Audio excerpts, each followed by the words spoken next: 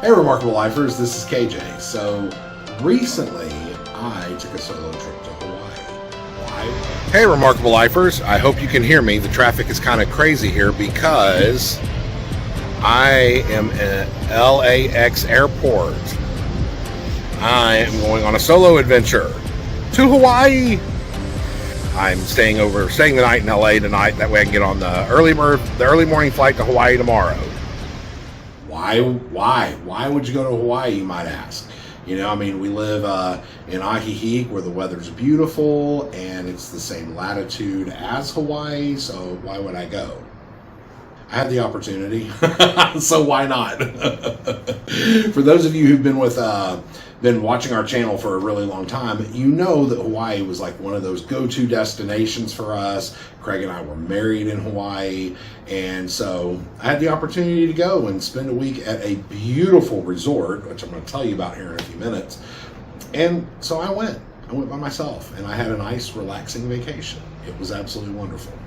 So I stayed at the Marriott Olina Beach Club Resort in Kapolei on the island of Oahu. It is magical. It is truly a magical experience. The hotel itself is absolutely beautiful. It has its own private beach, which I say private in quotation marks because none of the beaches on Hawaii are legally private. But just the way that the resort is positioned, it's got this beautiful little cove that's kind of just all its own. They're beautiful.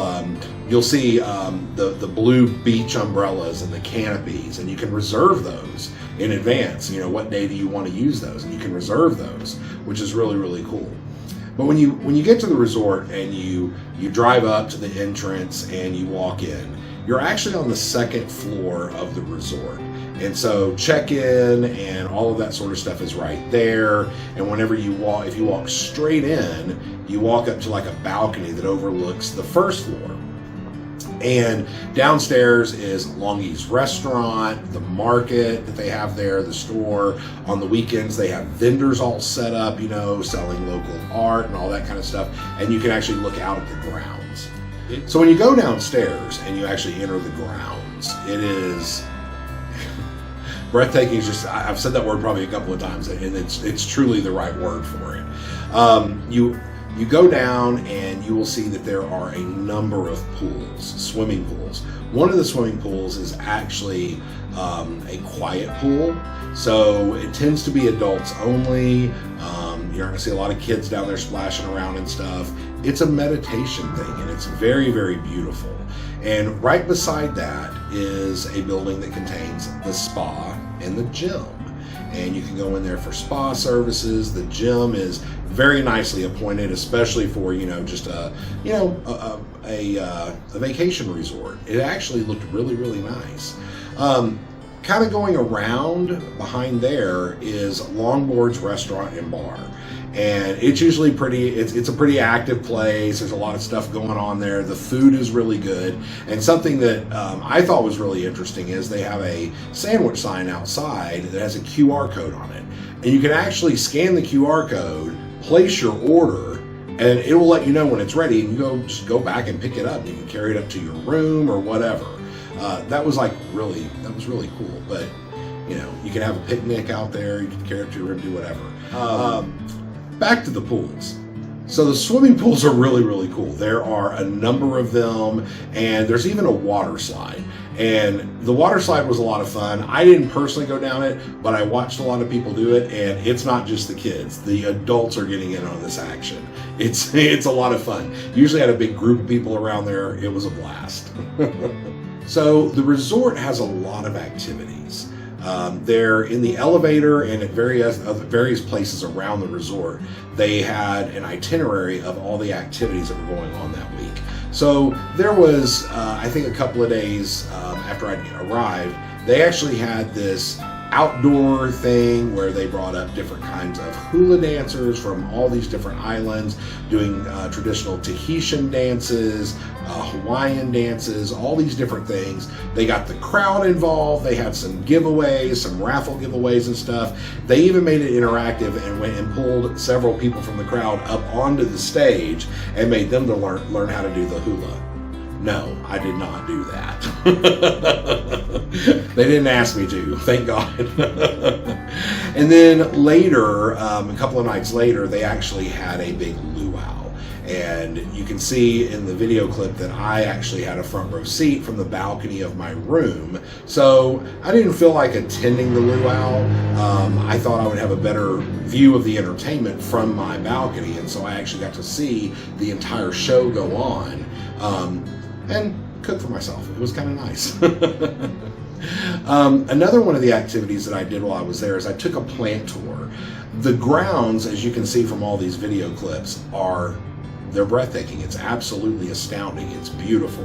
The natural beauty of this place is amazing. And I took a plant tour where a local guy walked around the grounds with a group of us, and he pointed out different plants and explained the meanings of them, how they're used in Hawaiian culture, how they're used today, what they historically were used for.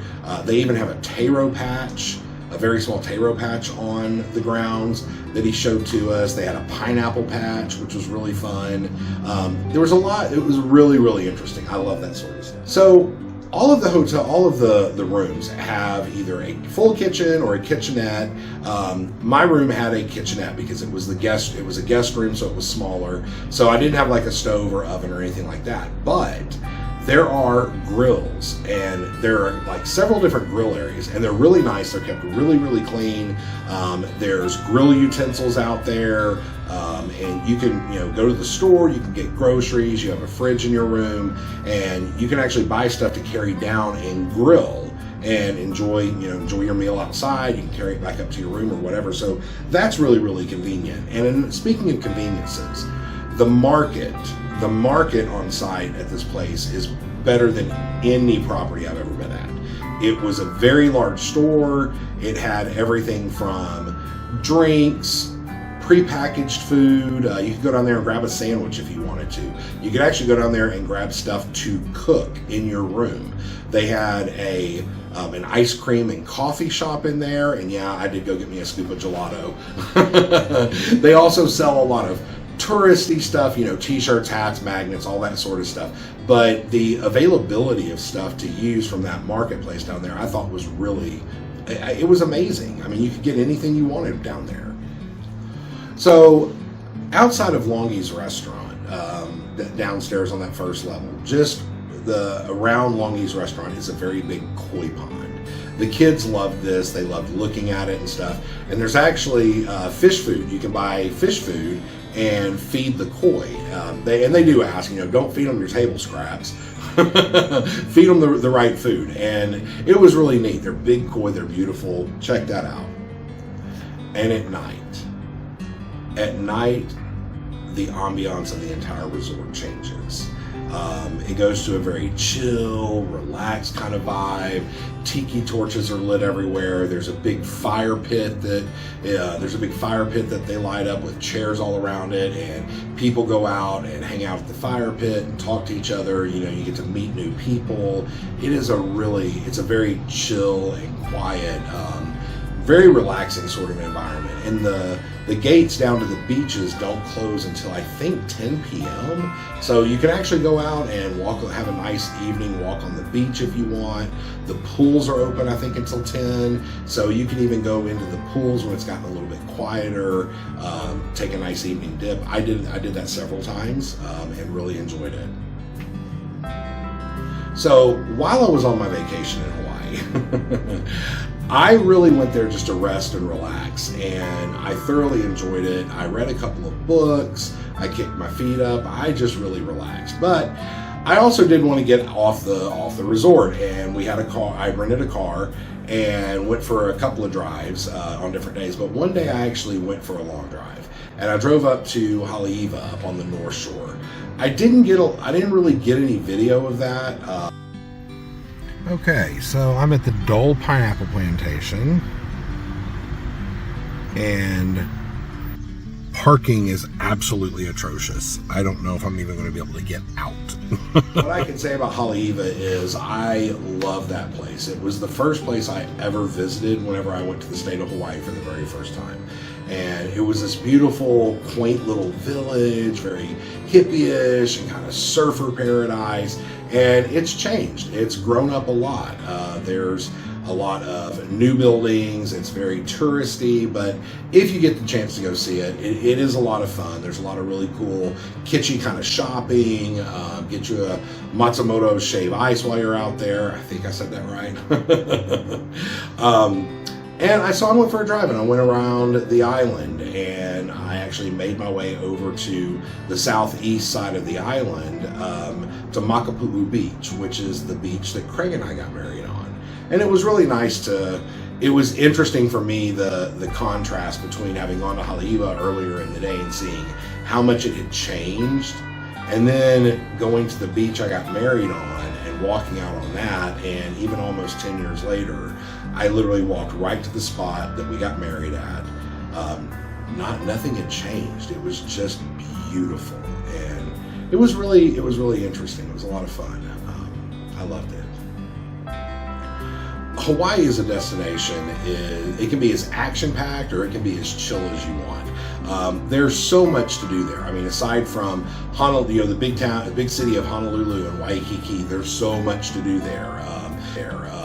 Shopping, you can go to Queen Lilikualani's palace. There are museums. There's amazing restaurants. The beaches in Waikiki are phenomenal. You can hike up Diamond Head. You do need reservations for that now, so if you're planning on doing that, definitely check the websites and get a reservation for that. Driving around the island is an adventure in and of itself. You can make your way over to Byodo in Buddhist monastery. Go to Dole Pineapple Plantation. I actually went there, but it was so busy that I spent 10 minutes in the parking lot and said, forget this. But drive up to the North Shore. Check out the surfing communities up there. You know what? Actually, go back in time on our channel and check out the plethora of videos that we have about the Hawaiian Islands, and maybe that'll help you decide which one to go to. I was on the island of Oahu, but it can be as busy and active as you want, or it can be completely chill. You get to choose. So as you can tell, Hawaii holds a very special place in my heart. I first traveled to Hawaii somewhere around 15 years ago and fell in love immediately. Craig and I got married there. I've been to every single island that you can go to, and Hawaii just is one of those places that it put the aloha in my heart, and I will always go back and visit, and I love it there. Check out our previous videos and you'll see a lot of my reasons why. Craig and I, this is kind of funny. I know people are going to ask, why did you travel alone? So I'll just go ahead and say, Craig and I have been together for a number of years, and we sometimes travel independently. It's not a big thing. The first 3 years of our relationship was long distance. And to be quite honest, I'm a lot. I think Craig needs a break from me sometimes. I'm a lot. And so I say that with jest and everything, but we also have found that, how do you miss me if I never go away? And so we do travel independently, and we respect and appreciate each other's alone time. And so, it's nothing weird. Nothing's wrong. Everything's great. Everything's great.